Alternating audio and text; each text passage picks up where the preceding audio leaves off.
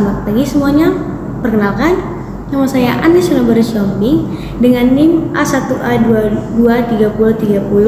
Di sini saya akan menjelaskan tentang Malaysia masa kini di persimpangan zaman untuk memenuhi tugas mata kuliah sejarah Asia Tenggara dengan dosen pengampu Ibu Reka Seprina. Di jantung Asia Tenggara berdiri sebuah negara yang terus berubah.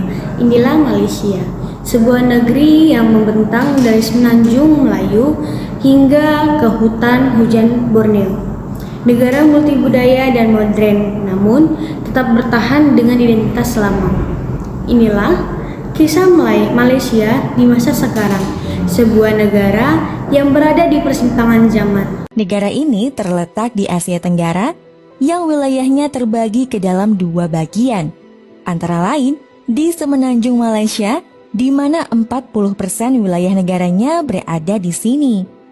Selain itu, terdapat juga titik paling selatan dari daratan benua Asia, yaitu Tanjung Piai, yang terletak di Johor. Wilayah lainnya adalah Malaysia Timur atau Borneo, yang menguasai sekitar 60% wilayah negara yang ada di Pulau Kalimantan, menjadikan Kalimantan sebagai salah satu dari 2 pulau di dunia yang dimiliki oleh 3 negara, sama seperti halnya Siprus. Sekitar 80% penduduk Malaysia tinggal di Malaysia Barat, sedangkan 20%-nya tinggal di Malaysia Timur.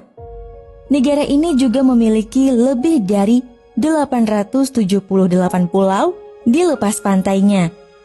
Negara bagian Sabah memiliki pulau paling banyak dengan hampir 400 pulau. Pulau terbesarnya adalah Pulau Banggi, meskipun sebenarnya Pulau Sebatik sedikit lebih besar. Tapi pulau ini terbelah menjadi 2 bagian dengan Indonesia di bagian selatannya.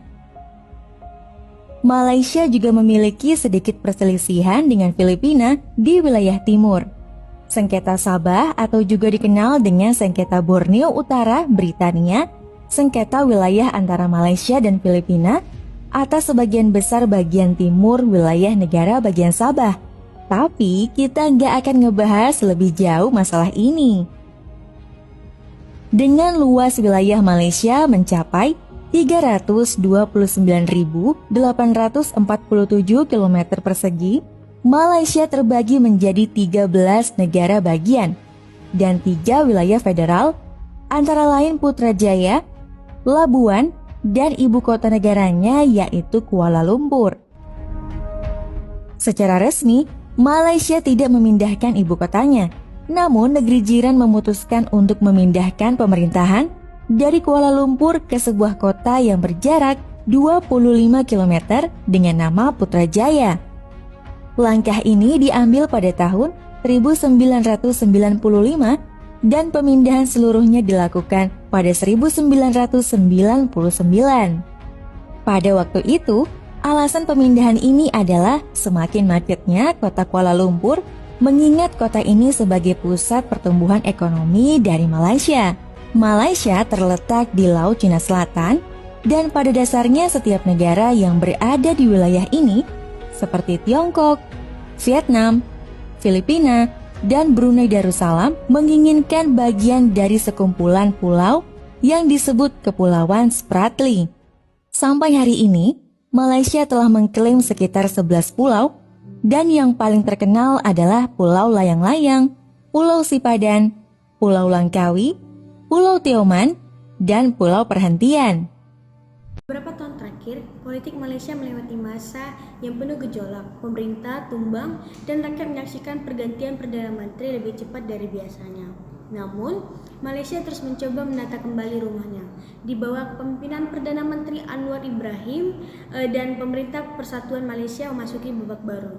Sebuah upaya menyatukan berbagai partai, ideologi, dan kepentingan stabilitas belum sepenuhnya pulih, tapi langkah solidaritas, pemberantas korupsi, dan reformasi birokrasi mulai digerakkan. Meskipun begitu, tantangan tetap ada. Isu agama dan etnis masih sensitif, polarisasi politik masih kuat. Malaysia sedang mencari bentuk terbaiknya. Selain di bidang politik, Ekonomi Malaysia menjadi salah satu yang terkuat di Asia Tenggara, didorong oleh industri manufaktur, elektronik, pariwisata, dan minyak serta gas bumi. Petronas masih menjadi simbol kekuatan ekonomi negeri jiran. Ketergantungan pada migrasi dan sawit masih terasa, tetapi transformasi ke ekonomi digital mulai terlihat. Investasi teknologi, pusat data, dan startup tumbuh subur, terutama di Kuala Lumpur, Penang, dan Selarong. Namun, tidak semua berjalan mulus. Biaya hidup meningkat, harga rumah melonjak tinggi, dan generasi muda mulai merasakan beban hidup semakin berat. Malaysia adalah negeri yang maju, tetapi juga negeri yang masih berjuang agar semua rakyatnya merasakan kemajuan yang sama. Malaysia juga dikenal sebagai negara multi etnis yang dimana terdapat suku Melayu, Tiongkok, India, dan etnis pribumi Sabak Sarawak. Keberagaman ini adalah kekuatan namun juga menjadi tantangan. Modernisasi dan globalisasi membuat masyarakat semakin urban. Kuala Lumpur, Johor Bahru, dan Penang menjadi kota-kota yang tumbuh lebih cepat. Tapi dengan pertumbuhan itu muncul masalah seperti macet, harga rumah tinggi, dan tekanan ekonomi bagi anak muda. Di sisi lain, pendidikan Malaysia terus berkembang. University seperti Universiti Malaka, UKM, UPM menjadi pusat akademik Asia Tenggara. Malaysia juga memperkuat pendidikan vokasi untuk mengembangkan tenaga kerja digital. Malaysia menata masa depan melalui teknologi pemerintahan, meluncurkan My Digital yang mendorong digitalisasi di layanan publik, bisnis di layanan publik, bisnis hingga pendidikan. Negeri ini menjadi salah satu pionir penerapan 5G di kawasan. Data sentral tumbuh cepat, menarik investasi dari perusahaan global.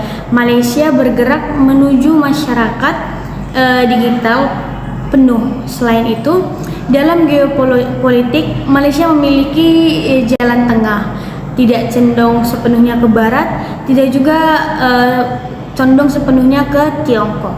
Malaysia menjaga keseimbangan diplomasi, aktif di ASEAN, vokal dalam isu Palestina, dan tegas menyuarakan keadilan bagi komunis Rohingya.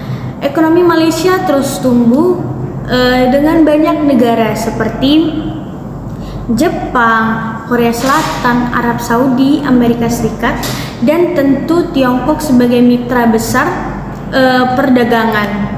Isu yang masih menjadi pekerjaan besar bagi Malaysia itu yang pertama ada biaya hidup yang naik, di mana harga rumah semakin naik, harga pokok naik. Terus yang kedua ada tuntunan reformasi ekonomi dan pemerintahan.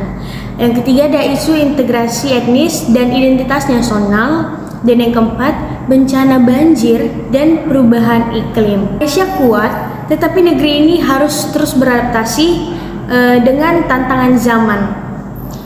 Malaysia masa kini bukanlah negara yang sempurna, tetapi ia adalah negara yang bergerak belajar dari masa lalu. Kesimpulan dari materi saya yang dimana Malaysia masih terus berusaha untuk mencari rumahnya, untuk membentuk rumahnya sendiri, mulai dari perkembangan teknologi dan masih banyak hal yang akan dilakukan Malaysia untuk memulai babak baru dan menjadi negara yang baik. Mungkin itu materi yang saya sampaikan. Kurang dan lebih saya mohon maaf. Saya Keri, selamat.